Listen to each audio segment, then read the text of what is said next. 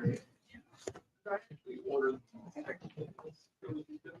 want to thank, there we go.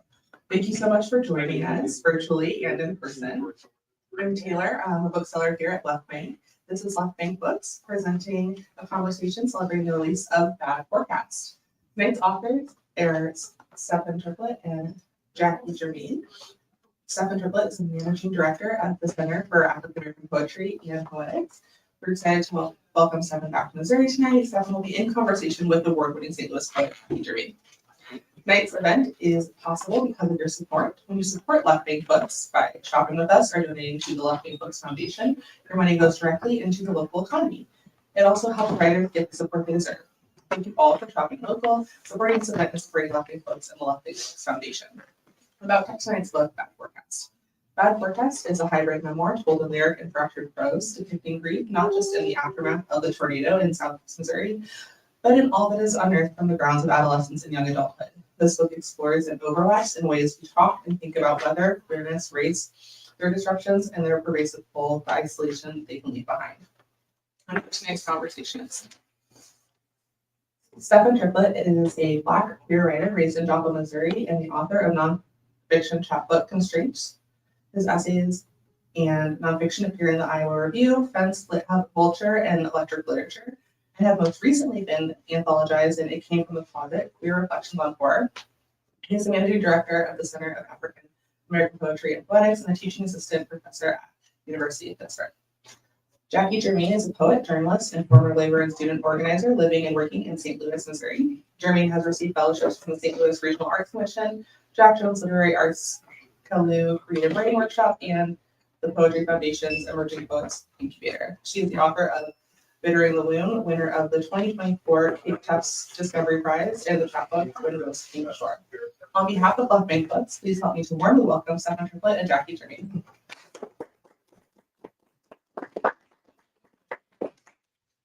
Thank you everyone for coming and for braving the cold weather. Thank you Left Bank Books for having me. Thank you Shane for helping organize this, and thank you Taylor for the intro. Yeah, I'll just dive into reading. I'm actually going to read a really brief essay from my chapbook, which is 6 kind of connected essays about isolation that I formed a lot of during early days of the pandemic. But yeah, I want to start off with this. This is called Quest. In grade school, my family took our annual summer vacation to Kansas City, Missouri, driving 2 hours north to a hotel casino.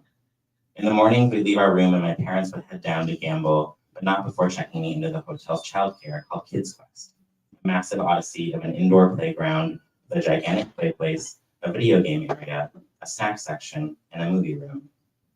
Kids Quest seemed magical and dreamlike. 2, it was a bit of a distraction from my adolescent anxieties. The pastor at church often spoke of the sinful nature of gambling, so this was a way to divert myself, to avoid the fear that my parents were doing something I was told was bad. I didn't understand why, but the pastor said not to. My parents didn't feel bad about doing it. I wasn't mad at them, mostly just scared for our collective eternal salvation. I didn't think our household could afford anything else tipping the scales. By age 11, I knew that I was probably gay and that there were parts of myself I wanted to keep hidden. I hoped that maybe I'd been dreaming them all up. I had so much fun at Kids Quest. There, I could be the explorer and excavator of my own life, each day for a set number of hours.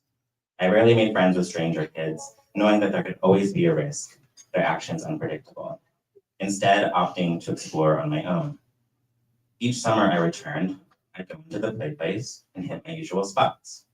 I'd climb up the roller slides and traverse neon-colored plastic and vinyl, cascading in its hot pinks, teal blues, and deep purples.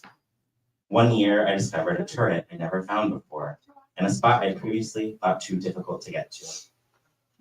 I poked my head in at the base and peered up. What I saw startled me. At the very tip of the tower, I thought I saw the face of a little girl, bathed in dim lavender light. Hello? She didn't budge. Confused and afraid, I left. I imagined a child getting trapped up there. No one to find her, all the lights turned off and the venue closed. Her body frozen in perpetuity. No one to notice she was gone. I reasoned that I must have imagined it, but the turret haunted me and followed me back home. I told my parents what I thought I might have seen. They assured me that if a kid had gone missing, the workers would have searched for them, that parents come to check out their kids, that even if the parents abandoned their child, someone would have noticed when no one came to pick her up. They'd have searched every corner and turret in the place. This made me feel better, but didn't change that I thought I'd seen someone. I tried praying. Dear God, if that was a girl up there in that turret, I hope that she's okay now. Or if she's dead, that it didn't hurt. That she didn't feel lonely, or if she's a ghost, that she finds peace. That you let her be with you now, even if she was bad, even though it was at a casino. Even if she sinned and didn't ask for forgiveness enough times. I hope that her family isn't sad anymore, and that nothing so awful ever happens again. Amen. I was an anxious child and anxious in my prayer. A year later, the last year before I'd age out of Kids Quest, I decided I must see once and for all if what I'd seen was real. Had a girl just been playing up there? Was she pulling a trick on me? Was she taking a nap? I went up the roller slide, jumped across foam and mesh, traversed vinyl and plastic to find that turret again. When I got there, I poked my head in and looked up. Scared, I saw the same shadows, the same lavender glow light. My stomach lurched, thinking that such horror could actually exist. But a year older, I realized it was a mirror. It was only me. Okay. So now I will read from Bad Forecast. As was said, it's a hybrid memoir. It begins in the aftermath of a tornado in my hometown in 2011 from Joplin, Missouri. It is told in lyric essay, fractured prose, poetry. I sort of don't quibble with the label of it, but I'm going to read two of the prose pieces for you all. I'll start with the first one that appears, and it's called Butterfly People. And so what you need to know about this is that after the tornado, there were a lot of murals that cropped up in the town, and there was we might call it folklore that emerged in the aftermath of the storm of these creatures called butterfly people. And so someone made a mural about it, and this essay is written after that. Butterfly people. In grade school, we grew monarchs in plastic bins. We sat in rows learning times tables in exchange for ice cream toppings. Each day was simple. Each day was boring until the last. Metamorphosis, a change of a life into something wholly different, a worm to a pod to wonder. One day we walked into the classroom and saw orange rings where none had been before. These butterflies always return home, we were taught. Not a full truth, but we smiled at the promise of predictable life. We went outside to give the butterflies a life more natural. A mother must let go of her kids, we were told. A lesson within a lesson. Our teacher removed a green topper, but the beings clung to their walls. She gave the bin a shake. They fluttered onto the grass and enjoyed a moment of bliss in the breeze. Suddenly, a boy stomped on them. He laughed. The sun was shining. I wiped tears from my eyes, upset the butterflies never had the chance to fly. We buried the crumpled beauties in dirt, covered them in dried grass. I think of butterfly people, and my mind funnels. I picture humans not with arms, but symmetric wings, brown shattered glass lines and matching ovals on each side. These beings smile and look at themselves with wet eyes of wonder. They weren't meant to form this way. I wonder if butterfly wings are strong enough to hold the weight of human life. Can they fly without help from the wind? A mural in old downtown commemorates the day the creatures swirled in, on the corner of 15th and Main, on the exposed wall of the Dixie Printing Building. There are paintings of butterflies, or people, or children, or aliens, antenna and all. I've never seen them before, only viewed their images here, only heard about them in whispers. The mural wears a partial Hughes poem. In time of silver rain, the butterflies lift silken wings to catch a rainbow cry, and trees put forth new leaves to sing and joy beneath the sky. I don't like to imagine the trees singing, not our trees. Trees without limbs are a sad song, a somber melody in minor key. I can still hear it when I look at them. Now they stand dismembered and twisted. Some saw a rainbow that day, a rainbow in butterflies. I thought God was done putting Earth long ago. In fourth grade, we learned that Langston was from here, but he wasn't here long. The place you were born doesn't always stay home. Our lessons grew heavier with age. The teacher asked me to perform a poem in front of the class, Dream Variations. I added emotions to his words. Dance, whirl, whirl, I sang. I spun around and around, smiling in both joy and embarrassment. I pointed to myself at the poem's end. Night coming tenderly, black like me. Kids laughed at my spinning. Dizzied, I returned to my seat. The poem felt different then. It wasn't the same as when I practiced in the living room at home. My presence and body and the spin in front of classmates I didn't look. It was the first time I wanted to breathe. Was he really from here, of all places? Was he loved? We learned that Langston died far away from home on the 22nd day of May. Did he ever dream of coming back? I wondered if the sun shone at his funeral. That day, the sky changed. That day, another promise was broken. That day, the sky turned majestic and mean. It was all types of color. The rain went sideways. For 38 minutes, a storm came through home, the sky in olive gray, a Sunday. A storm came through and left all these broken trees and homes and bodies. It left all these dreams. People let go of their kids, their parents, their love. On the 22nd day of May, we handed over gifts to the gray arm of the sky. Children in town saw butterfly people. They saw them with their eyes, in their minds, in their dreams. The story is common now, folklore like that dizzy day, spinning wind, twirling rains, people launched into the air. Wasn't it pretty? They are carrying people into the sky, a child tells her mother. It's how the kids explain what happened. It's how they were protected. It's how they know their lost loved ones are safe now. Did you see the butterfly people? Wasn't it pretty? These butterflies always return home. I'm not sure I believe in angels. I don't want to know how it feels to fly. I wonder what's real. Bodies swirling in a gray mass of wind, limbs removed, heads upturned, humans shaped wrong. I try not to imagine, but still I see them in my dreams. 161 dead butterflies, 161 crumpled bodies, 161 people dead because of wind. We pray the damage was done, but we're still finding bodies for days. Tornado. I spiral when I hear the word. I fear the air when I hear it wail. I fear the sky when it turns purple or green or silver. I don't like to return to my changed home in spring. We're not in Missouri anymore. We're somewhere else. Green grasses grow and flowers lift their heads, and over all the plain, the wonder spreads. At home, I think of butterfly people. I dream of flying away.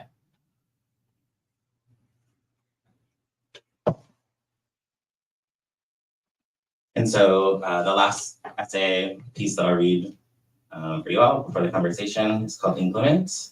There's a visual aspect to this, as there is to a lot of the book. So if you get a copy, you'll be able to see that. This is an essay that I actually began in my senior memoir workshop with Kathleen Turin when I was an undergrad here. And it's about my friend who's killed in the storm. And it opens with the Langston Hughes epigraph. Let the rain kiss you. Let the rain beat upon your head with silver liquid drops. Let the rain sing you a lullaby. I don't dream the sky is falling, but that I must fall into it.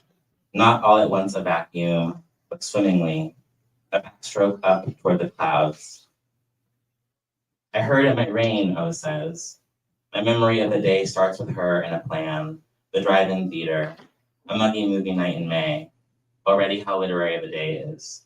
Hopefully not, I say. Let's go around 6.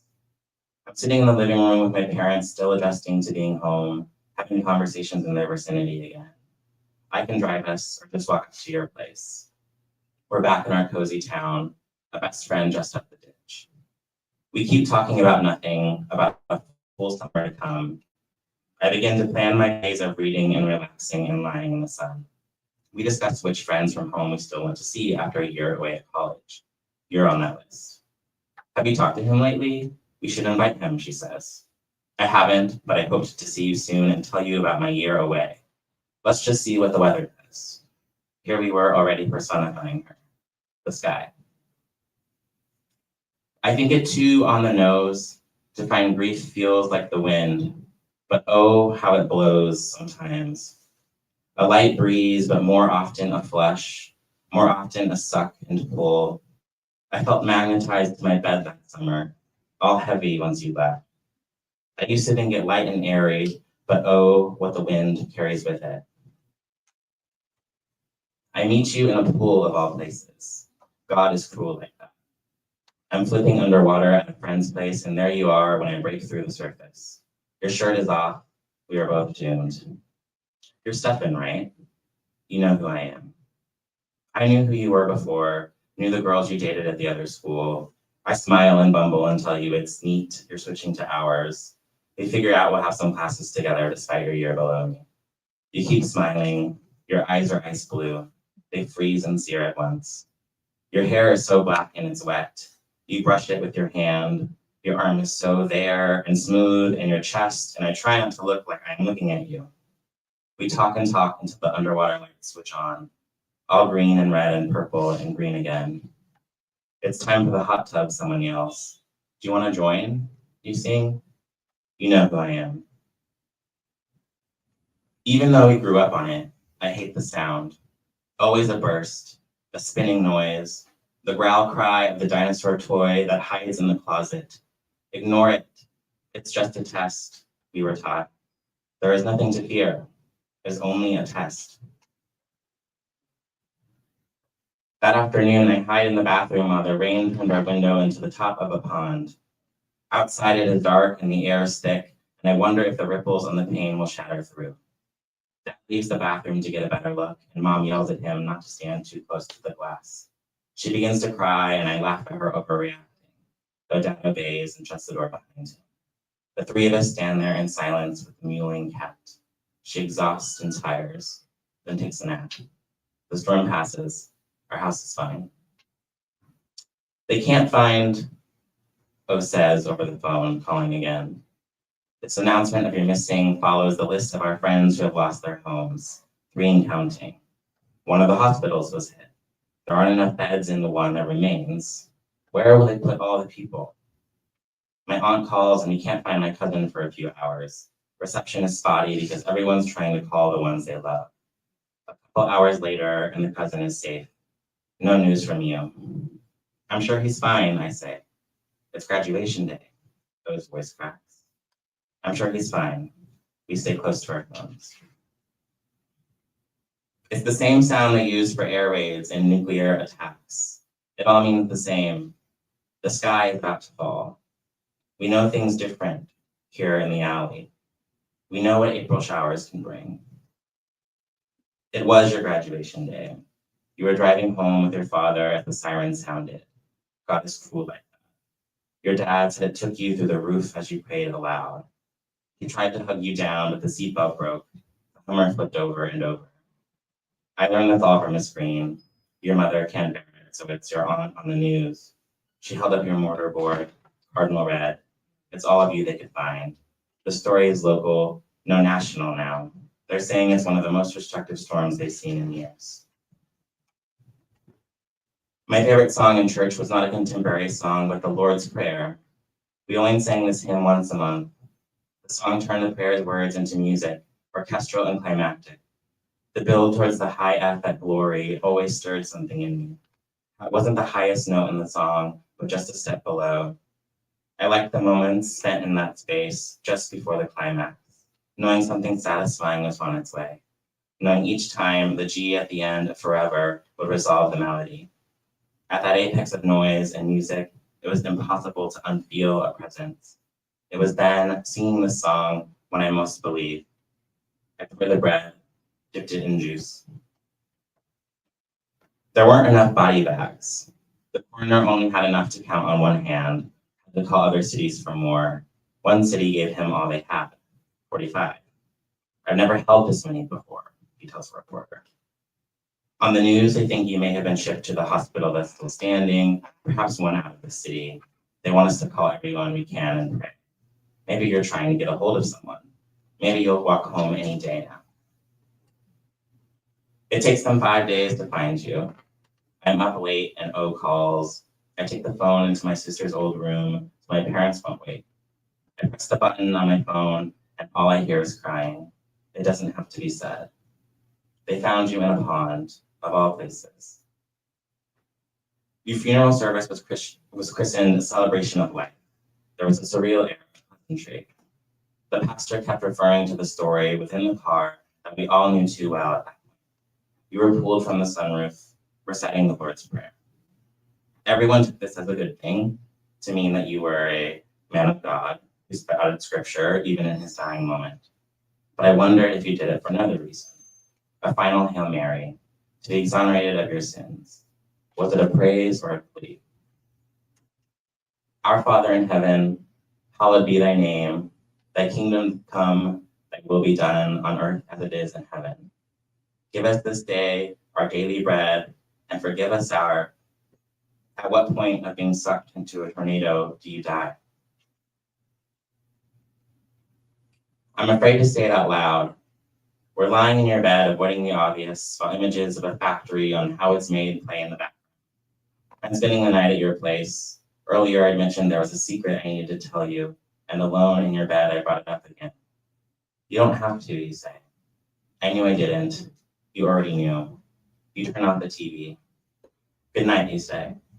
We lie there in silence. I wait and imagine the feeling of your hand moving toward mine under the blanket. You uttering me too, you being my first kiss. I'm glad this part didn't happen. I don't think I could bear it. In the morning, we get breakfast. We drive to Sonic, and you buy me French toast sticks and ocean water.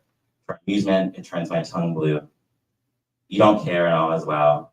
Nothing has changed but a weight lifted. We went back to your house, and I grabbed my stuff from your room. I think about how we're best friends now. I went to my car and waved to your dad gardening outside. I wonder if he knew. Everyone wants to talk about God here, and it makes me sick. God is sick in this story. I dream I push him into a funnel, alongside those people taking refuge in a freezer, and the baby, and the boy, and the aunt of a friend who lost her head. I don't like how the wind feels when it's strong. Loud noises make me uneasy.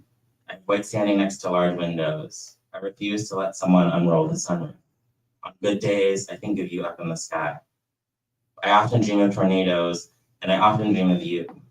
Sometimes I try to outrun the gray arms that reach down from the sky. Sometimes I can't escape them, and I get pulled up and flipped over and turned in the air. Sometimes I walk up to them, arms outstretched, accepting that God is trying to lift me off the planet, and has been doing so since that Sunday in May, when it could have so easily been anywhere but home. Maybe grief is like tornado season, perennial, and always swirling up when the conditions are just right. Give or take a day or two, a week, a month. I observe its anniversaries on any day. One dream is different. I walk to your grave and dig you out on the anniversary of the storm. The shovel blisters my hands. I get dirt in my pockets, but here are your ice blue eyes, telling me you're alive. The rules are that you have to be back before midnight. We drive in your car with the sunroof down, but every place we ever went. But you can't be seen. I want you all to myself. We rent a room, lay our snacks on the bed, goldfish and Toblerone. Let's go to the hot tub, you say. No lifeguard on duty. I catch you up on my life. I tell you about my first love and how it feels to be held by a man. You smile the whole time. We return to the bed, dry and warm. You let me be the big spoon. I hug you tight so the wind can't take you again. We look at the time, 11 o'clock. It's time to go. We walk back to the cemetery, go to your grave with that black cross as tall as you. You lay down in your hole, stretch out. I grab the shovel and begin to heap on the dirt. Thank you. Woo-woo!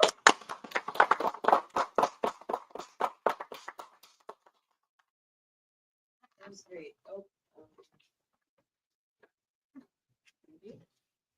can you hear me well enough? Probably. Okay. That was great. Thank you so much for that. It's always, I mean, not always, but it's usually a treat to hear an author read.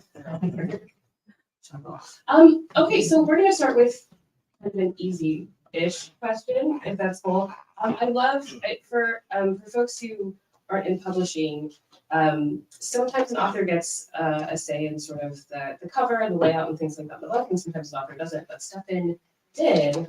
And I'd love if you could maybe talk about what poem in the book or section of the lyrical essay, for example, that maybe most of the authors cover, and talk a little bit about the cover.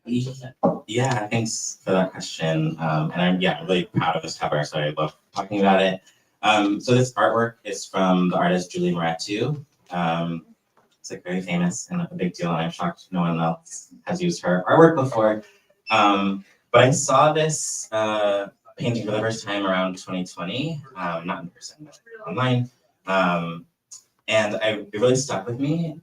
I liked that it elicited feelings about a storm or about chaos, but it wasn't super literal.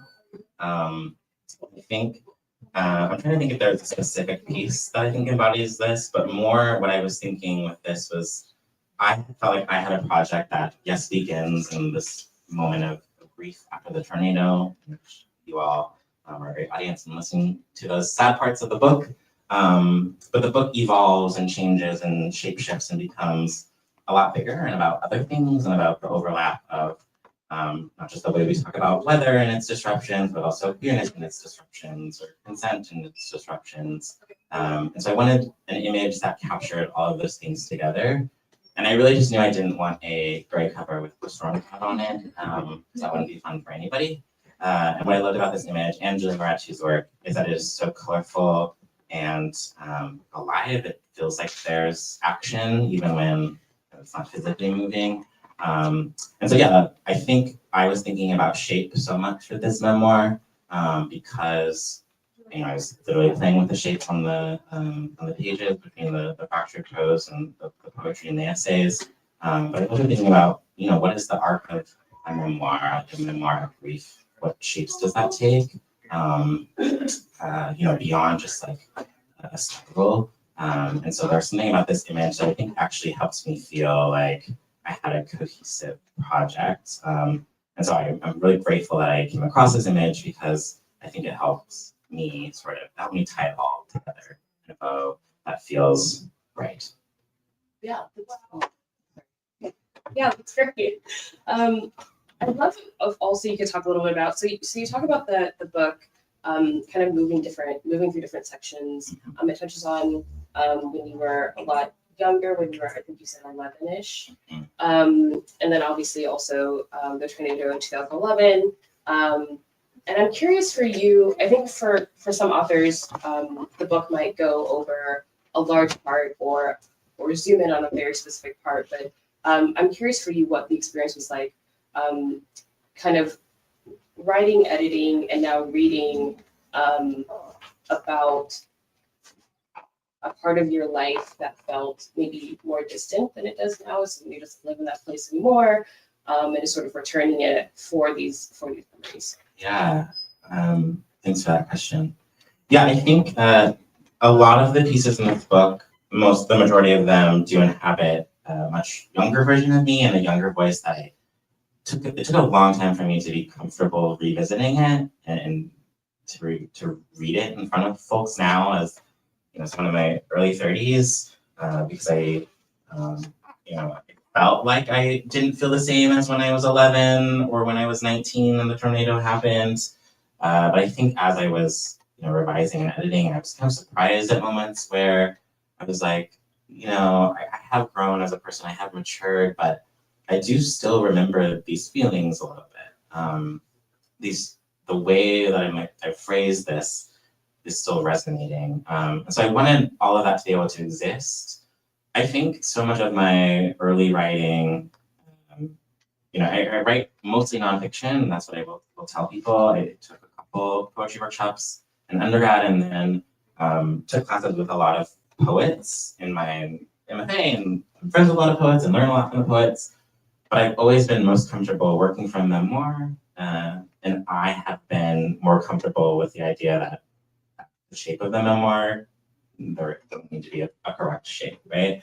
And so once I sort of accepted that for myself, I was okay with all of these things inhabiting the various shapes. And yeah, I think for this, I wanted to express the overlap that I felt in adolescence and young adulthood, that like this tornado and this grief about my friend is following me in the same way that my coming out process is following me, in the same way that these incidences of non-consent when I was 11 are following me into adulthood and into, you know, I moved out of Missouri and I'm in Pittsburgh, and I wanted the book to connect those things, even if it's very implicit. So sometimes that connection was through form and visuals, sometimes it was just recurring images or phrases. But yeah, I don't know. What I like about this book, and I sort of wanted, I loved the idea of my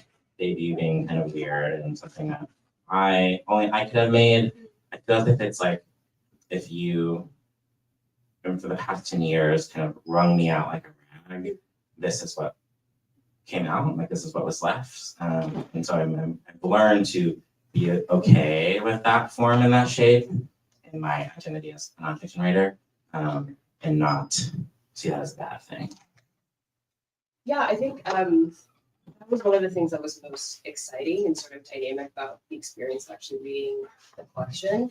And for those who are online, I'm telling you, I know you can't see it, but it's definitely worth the experience of thinking about memoir, thinking about poetry, thinking about essay writing and lyric in these different ways. Love if you could talk a little bit about maybe what breaking open what I think what people imagine as the traditional form of memoir, what breaking that open allowed you to maybe focus on or explore or even let go of or invest in differently? Like what did that allow you to kind of do in the book?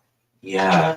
Well, part of what it allowed me to do was to think about the reading experience and the journey, you know, both as me as writer and crafting the project and shaping it, but really thinking about the reader too and what they are experiencing across the pages, what it means to move from, you know, an essay to something more fractured into a poem, and to have them do that. I wanted this. I mean, one thing when I think of like traditional memoir, I knew that, you know, I want to imagine a writing life in which I write many books and many memoirs, you know, that take different forms and shapes. And for this one, I really wanted something that someone could pick up and then, you know, in an hour maybe be done with it.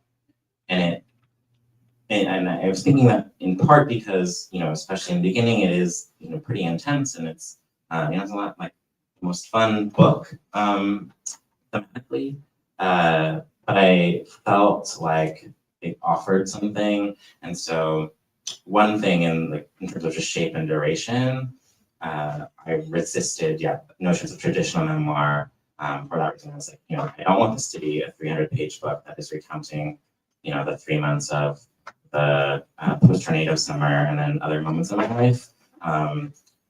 That wouldn't necessarily capture some of these more raw feelings that some of these poems captured. Some of these pieces in here started out as like, you know, doodles or things I'd written down in my notebook when I was, you know, 20, 25, what have you. And so I wanted to stay true to that. I was just interested in, the project of that. I wanted to be kind of an experiment too, to see what happens when this all sits together. And and so I don't know. I think as with any genre, I don't want to just like put it all onto nonfiction, although I do think nonfiction does have a lot of room to grow in terms of what is, you know, most popular in the canon or what is expected. You know, I do think historically it was for a long time very white genre, and so I'm always trying to resist it a little bit, but I think I'm just most excited about this in terms of the experience of it, and like, maybe when we think memoir, we don't have to think of this as telling a full story of someone's life, but rather is expressing a full emotion or a full experience across an hour or the duration of the 100-ish pages. Yeah, that's great. I also, can you hear me now? Maybe? Okay. I think speaking to that fracturing, I think that's something that's also really really fascinating about the book is that it does open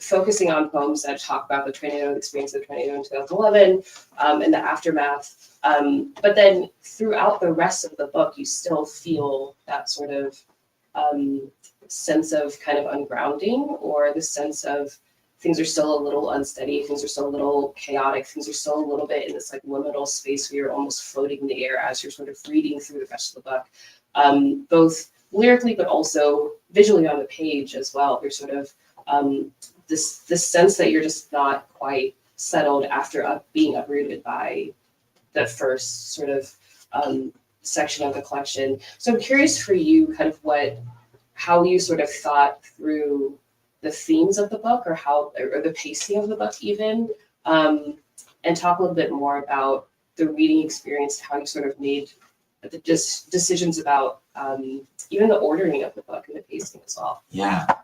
Thanks for these questions. I love being able to talk about this, and I don't get asked about it that much.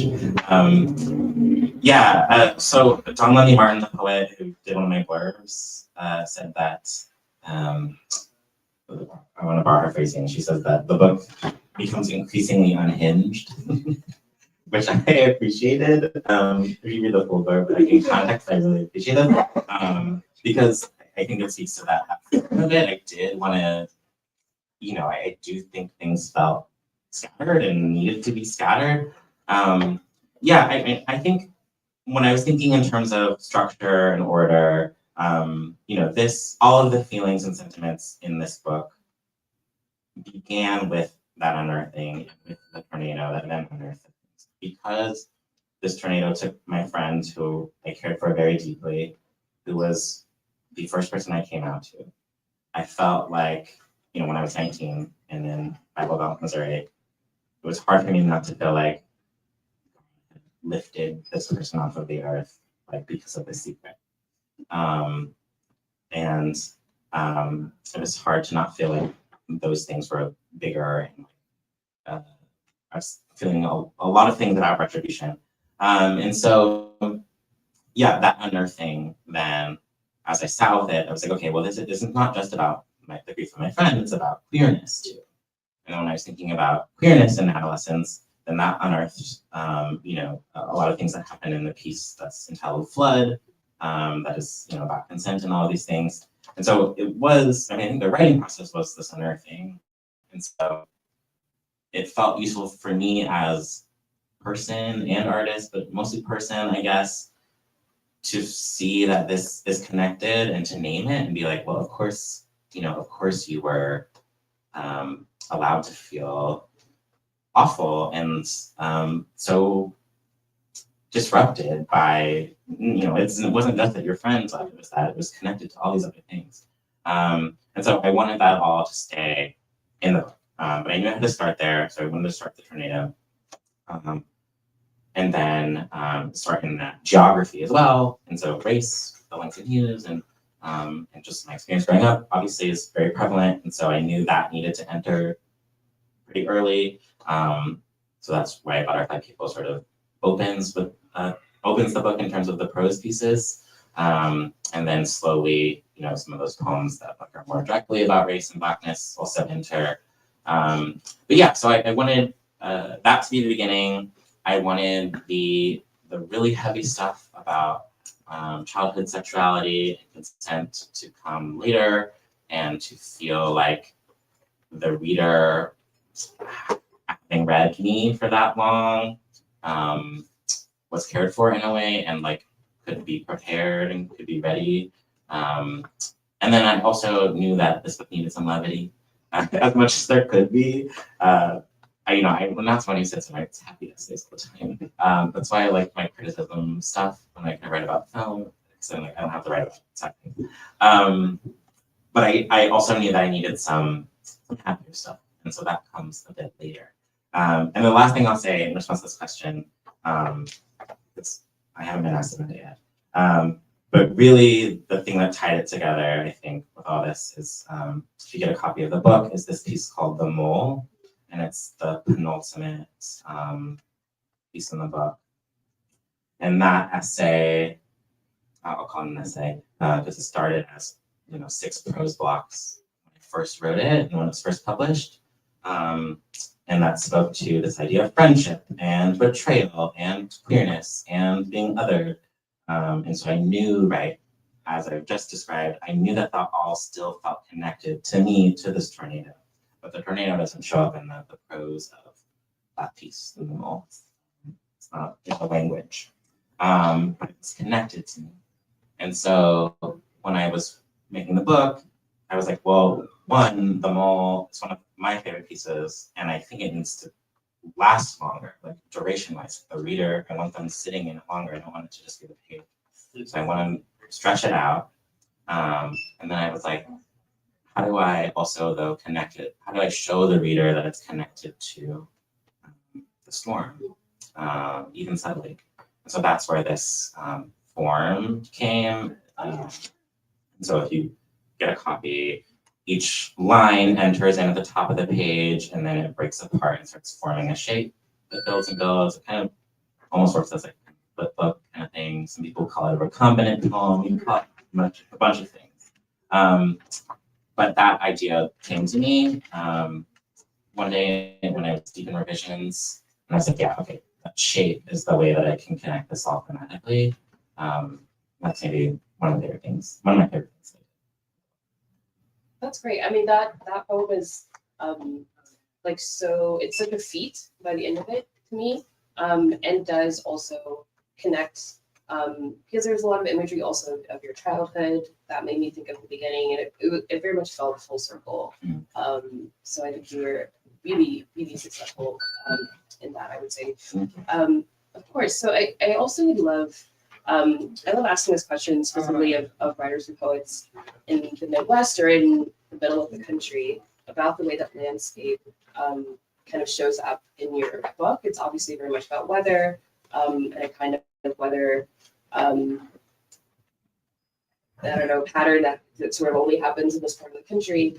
And I guess I think about this even when I write about St. Louis, but I think for a lot of folks who are in this part of the country and more rural parts of the country are sort of, it shows up in the writings in ways that I think are particularly kind of fascinating and specific. And I'd love if you could just talk a little bit about that.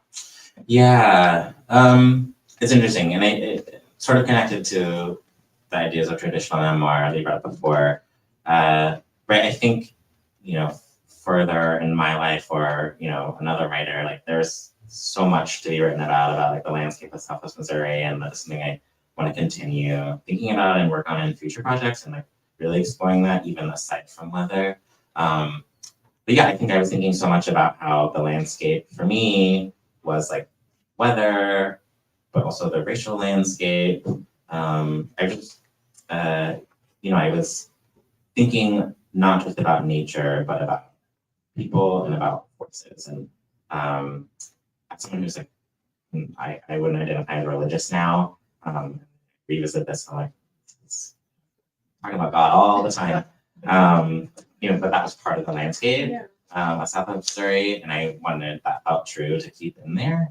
So I thought about that a lot, and I felt like coming from Tornado Alley, and I know folks who live places where there are hurricanes, or where there's different sort of weather phenomenon.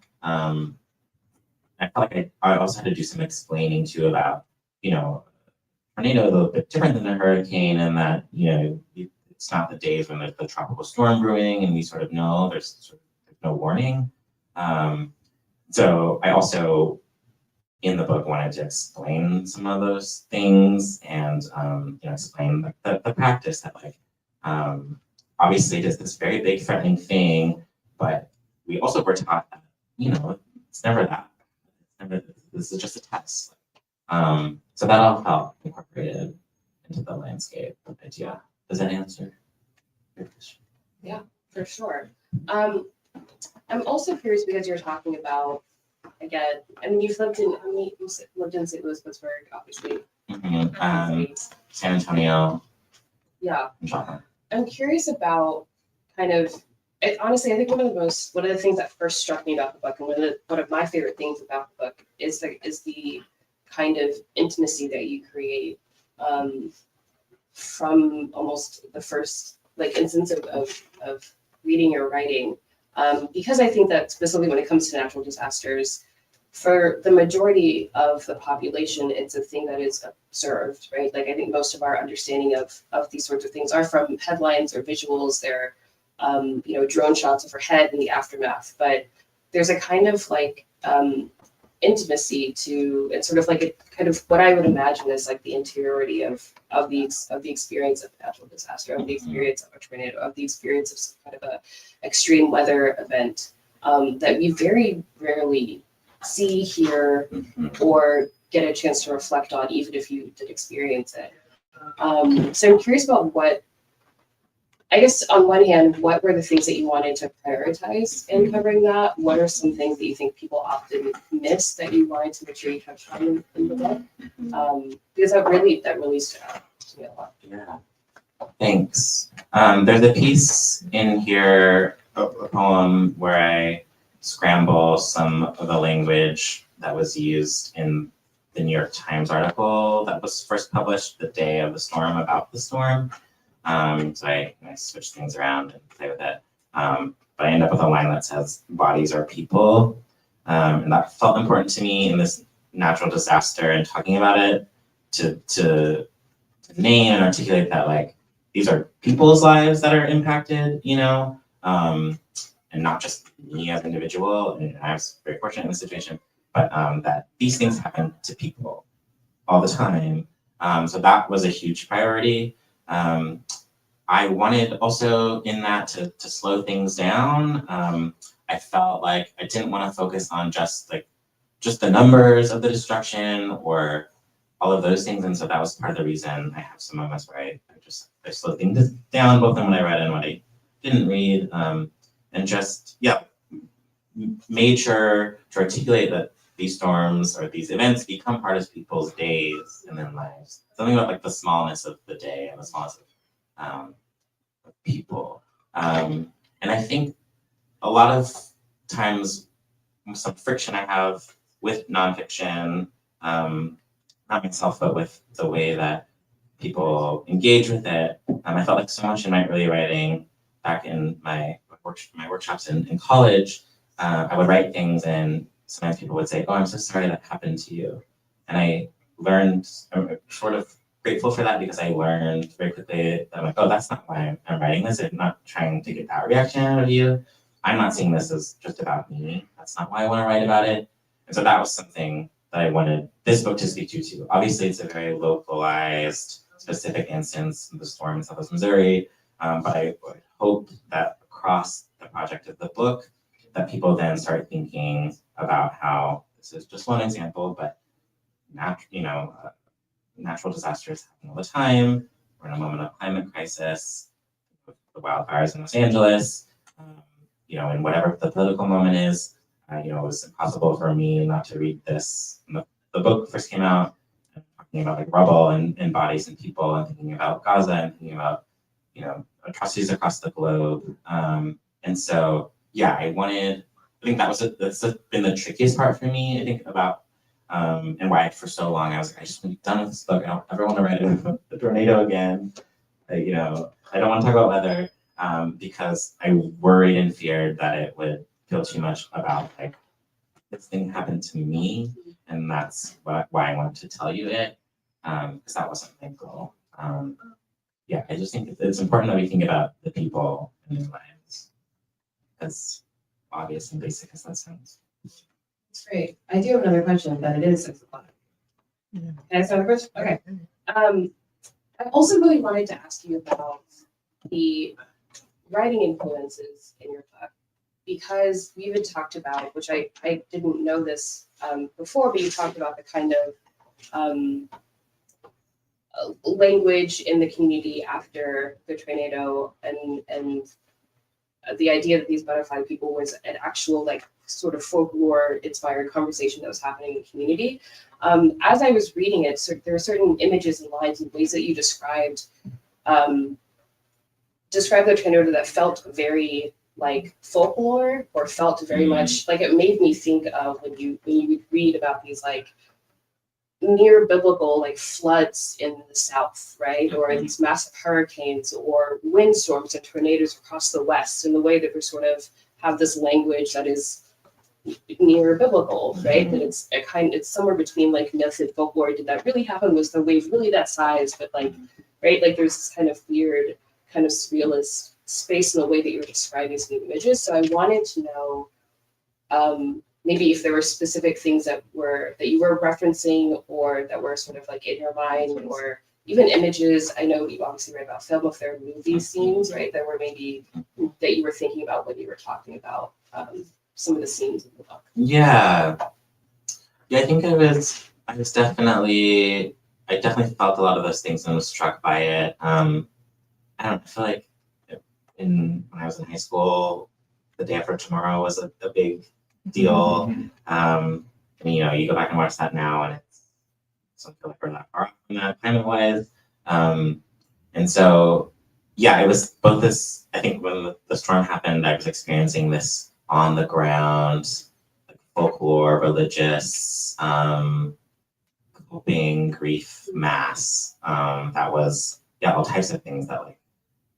Some things were in the news and some things weren't, or things that were said in the news about the town. I was like, I don't agree with that. And, I think the truth felt very fuzzy, and what was called the truth, I didn't always think was true. And so I wanted there to be some kind of emotional truth. I wanted this to be a book that explored the emotional truth of things, and I think that's why the butterfly people stuff really struck with me. It's just full of so many people's emotions, and like. I don't believe in these creatures. And so, but I was, still so enraptured by it. And I think, I don't know, the dream space is always interesting to me. I'm someone who just dreams a lot. I have very vivid dreams. And so I think that kind of notion recurs in this as well, and there are moments that are literal dreams, and there are moments that I wanted people to not be sure if they were dreams or not. I always made sure to like name when they were or they weren't dreams. I think I was definitely thinking of that. There's a writer peer of mine named Jamila Osman. It's a Somali American writer who writes about the death of her sister, and she's always writing very wonderful, beautiful, accomplished essays about them, or about her feelings, and they always look so different, and she always re-articulates images, feelings, emotions so differently, even though she's often writing about what some people would say is the same thing. And I've always been so fascinated by it and loved it as a model of the ways that writers and poets work through these things and think about them and share them with others. And so I think she's definitely a figure that has impacted my work, and having worked with her and being friends with her. I want to name her, and specifically in the way that she invites the reader to sit with her, next to her, and next to her grief. I feel like I learned a lot. That was great. Thank you so much. Can you give another round of applause for Steffan? Thank you so much, everyone, for coming and listening. Usually we open up to audience Q&A. Yeah, if anyone has any questions. You want to share? I have one. We went to school together, so it was right after our freshman year, and we were two little gay guys from Missouri, and really bonded over that. And I was curious in terms of the going back after our freshman year, back to the not happy gay places. I was curious post the event happening, how that impacted that specific feeling of like, especially with the imagery, like the imagery is like very beautiful in a way that we did not describe our hometowns Yeah. in that way back then. Yeah. And so I was just curious in terms of the way that we reframe those feelings towards the town. Yeah. I hated going back, and then felt bad for hating going back. And I touched on this a little in the book, but it became this national news story, and so innocent people came, and it was like the heartland of America. Everyone's coming together and getting along, and they're rebuilding. I think this is not true. Yeah, and I remember, in the week after the storm, Westboro Baptist shows up with their God Hates Fag signs, and someone, there was like, we did have a really small pride center in Joplin at one point, and someone had erected a rainbow flag that they then took down, and the news didn't report about that. And so I was mad at a lot of people, and felt bad for being mad at people in this moment. But I was, I felt like there was all these conflicting images about what home was and what it had offered, and I didn't feel held by this home beforehand. And I think that's, the butterfly people piece, thinking of Langston, I was thinking about that a lot. And so, and I remember I wrote that in, a version of it shows up in this film project. I remember when my mom, she read an early version of one of the pieces in here, and I said, like, I don't like to return home, and she was very upset by that. And she sort of asked me why, and I was like, I already felt othered, and this just really, kind of blew that out. And I'm sure there are other things that I'll think about, but it made me really want to look elsewhere for my future as a queer person. But I also didn't want all of that I realized later to come up in this book. Any other questions? Yeah. I really love the part you read about dreaming of your friend, spending time with them after death, and then going back to the cemetery with him.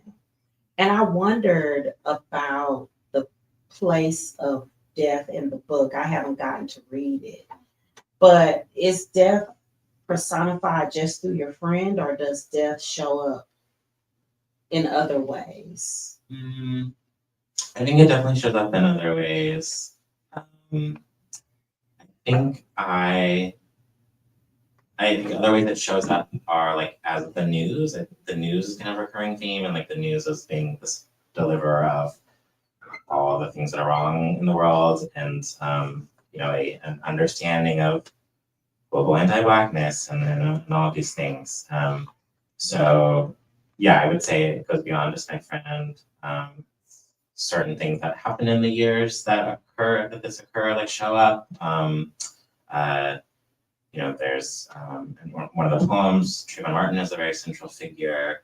And when I first wrote that poem, and Jenna Harvey, a poet, in her workshop, and it's a poem about the tornado that also includes him, and I was like, I don't know if this is doing what I wanted to, or if this makes sense. And she was like, oh no, this poem is done. This is part of the project, which I really appreciated. I don't know that I was thinking about like death, capital D death, in that way, but it absolutely is there. And I think I also have so much in the book, like me as speaker, I have so much fear about death and like the afterlife. Like I don't really want to look at it or think about it, I think.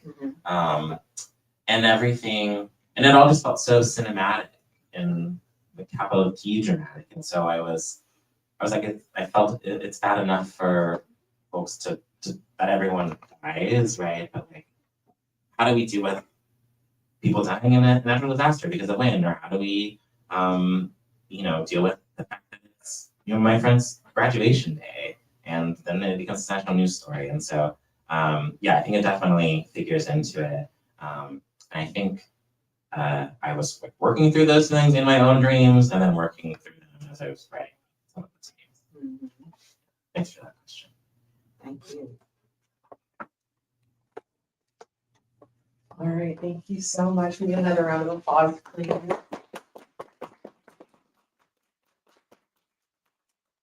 are going to be selling books at this, and if you'd like a sign, you can grab a book, you can get it signed. Do you have anything else you want to No, thank you so much. add? Thank you. No, it's okay. Hey. Thank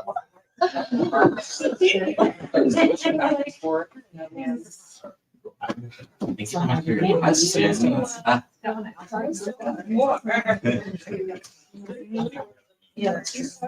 Yeah, I'm teaching this. Glad you like. I'm teaching this semester. I'm teaching a Black African American. And then in this program, that it's a group of students who have to work with sample to create digital projects. I Illustrated practice. I wrote like a very Have organized version of this essay. I started I'm at the tail end of helping. prose. Very like, So, yeah, just an interesting